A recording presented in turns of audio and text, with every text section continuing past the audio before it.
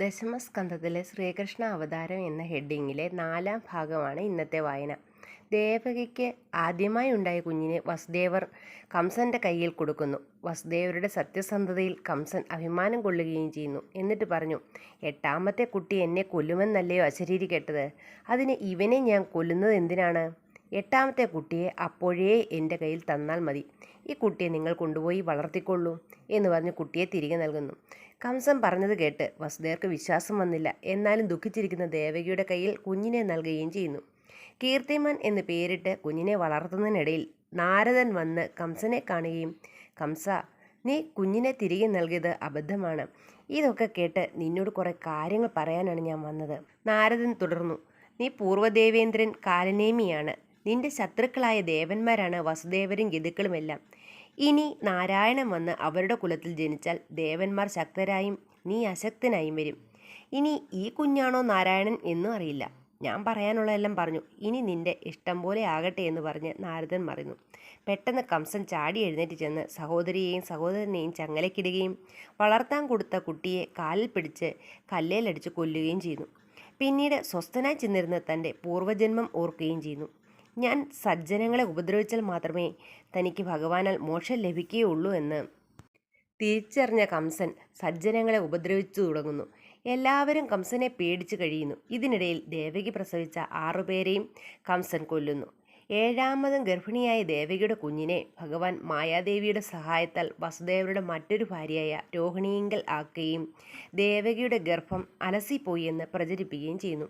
പിന്നീട് ഭഗവാൻ മായാദേവിയോട് പറഞ്ഞു, ഇനി ഞാൻ ഭക്തയായ ദേവകിയുടെ വയറ്റിൽ ജനിക്കാൻ പോവുകയാണ്. ഈ സമയത്ത് തന്നെ നീ എന്നെ സഹായിക്കാനായി യശോദയുടെ വയറ്റിലും ജനിക്കണം. പിന്നീട് നിന്നെ സേവിക്കുന്ന ജനങ്ങളെ നീ കാത്തുരക്ഷിക്കുക എന്ന് പറഞ്ഞ് മായാദേവിയെ ഭഗവാൻ പറഞ്ഞയക്കുന്നു. ഇതുവരെയാണ് ഇന്നത്തെ വായന. ഓം ഗം ഗണപതേ നമഃ. ഓം ഗും ഗുരുഭ്യോ നമഃ. ഓം നമോ ഭഗവതേ വാസുദേവായ.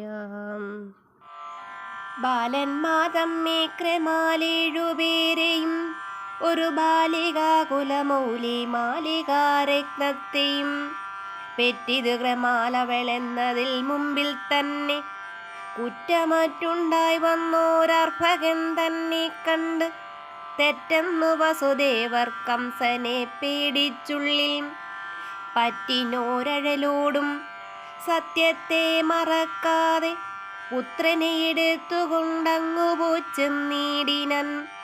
ഉത്തമദ്വേഷി മുമ്പിൽ കാട്ടി നിന്നതു നേരം തുഷ്ടനായവനുടെ പട്ടാങ്ങ പ്രമാണം കണ്ട് ഒട്ടേറെ പ്രസാദിച്ചോരുഗ്രസേന ജനപ്പോൾ പെട്ടെന്നു പൊട്ടിച്ചിരിച്ചിഷ്ടമായുര ചെയ്താൻ. ഒട്ടുമേ ഭയമെനിക്കില്ല ഇവൻ തന്നാലേതും. അഷ്ടമബാലൻ മമ മൃത്യുവെന്നല്ലോ മുന്നം അഭ്രേ നിന്ന് അശരീരി തന്നുടെ വാക്യം കേട്ടും. തൽപ്രബന്ധത്തിനാദ്യനാകിയോരിവനെ ഞാൻ ഇപ്പോഴെന്തിനു വധിച്ചിടുന്നു വൃഥാബലാൽ.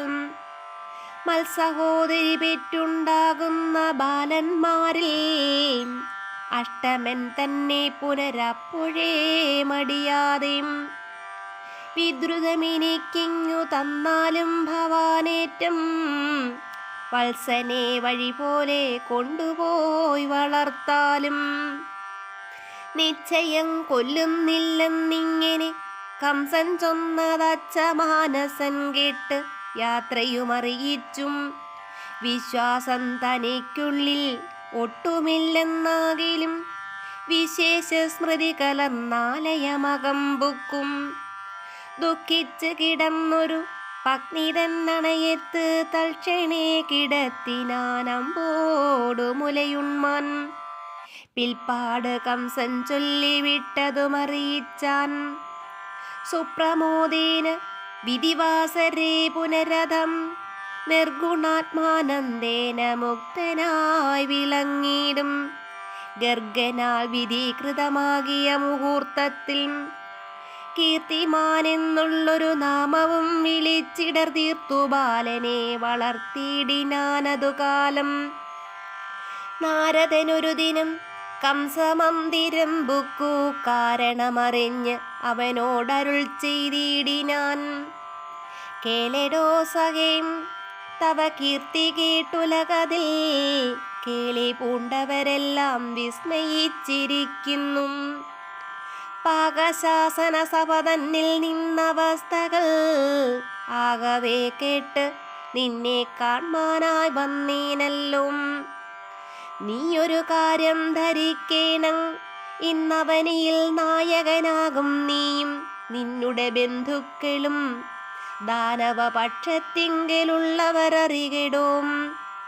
നൂനമിന്നിങ്ങൾക്കപരാധ കാരണം ഭുവി ദേവകൾ ചിലരിങ്ങ് വന്നുളരായാർ. വസുദേവരും യദുക്കളും വൃഷ്ണികൾ ഗോപന്മാരും ദീനനാകിയ നന്ദഗോപരും ഇവരെല്ലാം മാനുഷരെന്നുള്ളതല്ലാതെ നീ അറിയുമോ? പൂർവവൈരികളിവരെ വരും നിനക്ക്. നീ പൂർവദേവേന്ദ്രൻ കാലനേമിയാങ്ങവനല്ലോ. ഭൂവരരായ മറ്റുമുള്ള സുരകൾ വന്ന് സാർവഭൗമത്വം തേടും തൊൽസഹായികന്മാരാൽ പൂരിതധൃതയായ മേദിനി തനിക്കുള്ള ഭാരാപഹരണത്തിനായിക്കൊണ്ടു നാരായണൻ താനിക ധരണിയിലിങ്ങ് അവതരിച്ചിടും. യാദവാനയത്തിങ്കൽ ഏതുമീ വൈകിടാതെയും തൽക്കാലേ സുരാംശികൾ ശക്തരായി വരും. പുനരക്കാലം ദുർബലത്വം നിങ്ങൾക്കും താനേ വരും.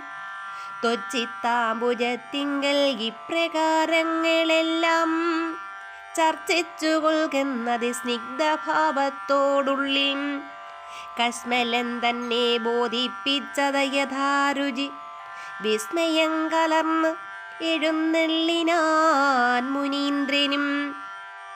വിശ്വസൃക്സുതോക്തികളിത്തരം തനിക്കുള്ളിൽ വിശ്വാസം വരുമാറു കേട്ടെഴും വൈരത്താലേം ചിത്തവിഭ്രമം കലർന്നെത്രയും ക്രോധിച്ച് ഒരു മത്തഹസ്തീന്ദ്രൻ മതിച്ചുൽഗമിച്ചിടും വണ്ണം സത്വരം കുതിച്ചെഴുന്നേറ്റുടൻ ചാടി പ്രതിമത്യ താനോടിക്കിതച്ചത്യരമകം പുക്കാൻ. വിശ്വതാഭാവം ചേർന്ന് സ്വസ്ഥരായി മരുവീടും സ്വസ്വരനെയും സ്വസഹോദരിയെയും പെട്ടെന്ന് പിടിച്ചൂറ്റമായ ചങ്ങലയ്ക്കങ്ങിട്ടുടൻ നടേ വളർത്തിയിടുവാനയച്ചോരു കുട്ടിയെ ചരണങ്ങൾ പിടിച്ചു തൂക്കിപ്പൊങ്ങിച്ച് ഒട്ടുമേ മടിയാതെ വട്ടക്കല്ലിന്മേലാശു രക്തവും തലച്ചോറും പൊട്ടിയാരാധിച്ചെട്ടുദിക്കിലും ചിതറുമാറൊട്ടറഞ്ഞ സുക്കൾ പോയി വിട്ടളവമ്മയ്ക്ക് സമ്മാനിച്ചാൻ മഹാപാപിയും.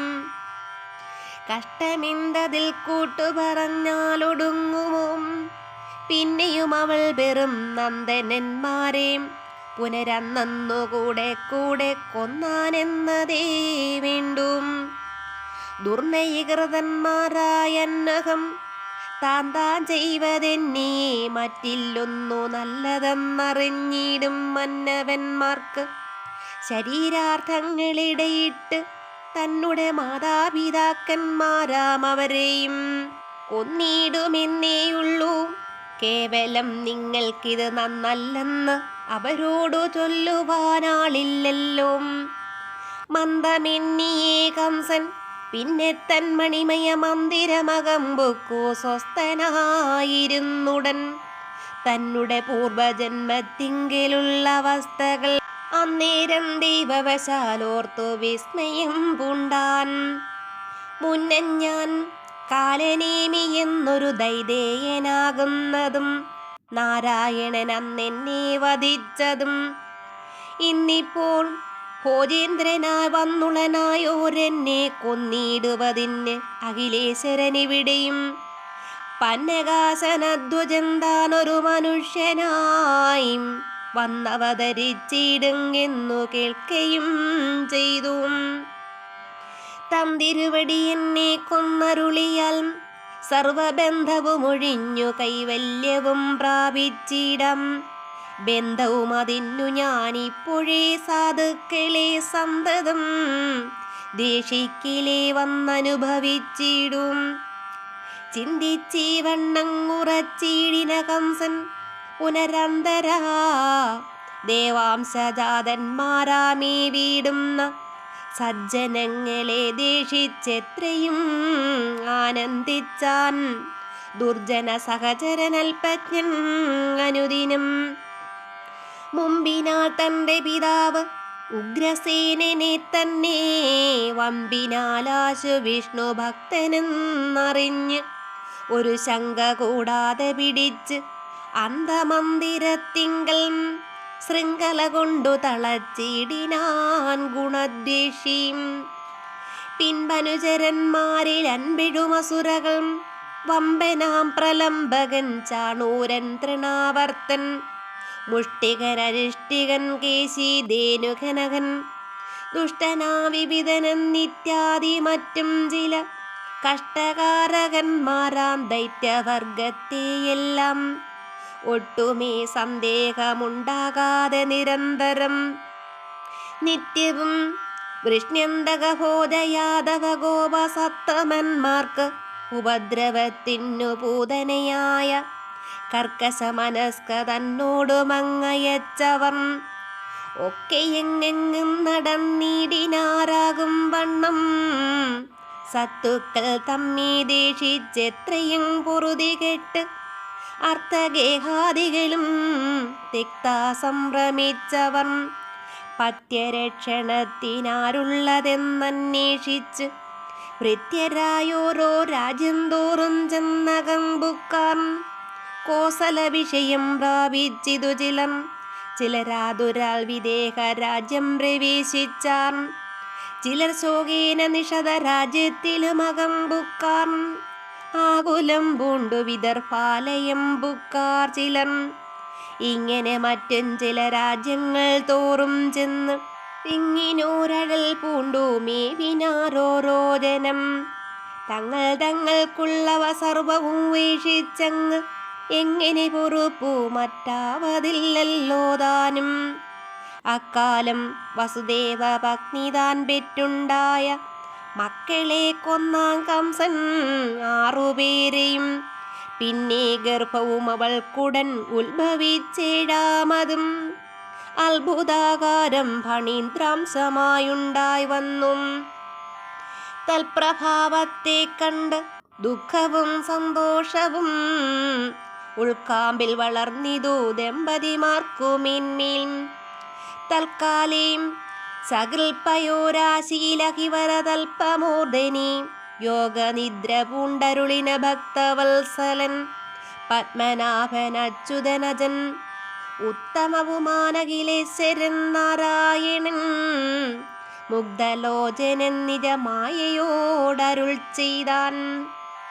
ഇക്കാലം നമുക്കൊരു കാര്യമുണ്ടല്ലോ വേണ്ടു. പൃഥ്വിഭാരത്തെ തീർത്ത് ധർമ്മത്തെ രക്ഷിപ്പാനായി മർത്യവംശത്തിൽ ചെന്നു നാമെല്ലാം ജനിക്കണം. തത്ര നീ അതിനാശു മുമ്പിലങ്ങിപ്പോൾ തന്നെ ചിത്തസന്ദേഹം തീർന്ന് ചെന്നുടൻ വസുദേവ പത്നി ദേവകിയുടെ ഗർഭം ആകർഷിച്ച് അന്യപത്നി രോഹിണിയിങ്കലാക്കേണം. ഇപ്പോൾ ഞാനും മധ്യജോലേശാംശം കൊണ്ട് ഉത്ഭവിക്കുവൻ മമ ഭക്തയായ അത്യുത്തമയായ ദേവകിയിങ്കൽ. പിന്നെ നീതാനും നിന്റെ യോഗവൈഭവം കൊണ്ട് നന്ദനന്ദിനിയായ സുന്ദരി യശോദയിൽ നിന്നുടൻ മമ ജന്മസമയകാലത്തിങ്കൽ തന്നെ മത്സഹായാർത്ഥമായുത്ഭവിക്കണം നാഥേ. എന്നാൽ അങ്ങനേക സാധ്യങ്ങളുമുണ്ടായി വരും. മന്നിടത്തിങ്കൽ പുനരംബിക നാരായണീം ചണ്ഡിക ദുർഗാ വിദ്യാം ഭദ്രകാളിയും കൃഷ്ണവർണ മാധവി മഹാവൈഷ്ണവി ശാരദയും കുമുദാ വിജയയും ഈശാനി ഗൗരി ദേവമമിത നാമങ്ങളും വർണ്ണിച്ചു മഹാജനം. കേവലം സേവിച്ചിടും നിന്നെ നീ എന്നാൽ അവർക്കാപത്തെല്ലാമേ തീർത്ത് കാത്തുകൊള്ളേണം നിത്യം. ദേവകിയുടെ ഗർഭം നീയുടനാകർഷിച്ച് ദേവീരോഹിണിയിങ്കലാക്കി നിന്നുണ്ടാകുന്ന ബാലന് സംഘർഷണനെന്നുളവാകും നാമം. മീലിലങ്ങവന് രാമാഖ്യരമ്യത കൊണ്ടും ഭൂമിയിലെങ്ങും വർണ്ണിച്ചിടുവോർ ബലം കൊണ്ടും കാമപാലനോ ബലഭദ്രനെന്നതും ചൊല്ലും. പിന്നെയും പല പല കർമ്മങ്ങൾ നിമിത്തമായി അന്നു ചില നാമധേയങ്ങൾ നമുക്കെല്ലാം സംഭവിച്ചിടും പോകെന്നിങ്ങനെ നിയോഗിച്ചാൻ അംബോധനേത്രൻ നിജയോഗമാകേ ദ്രുതം.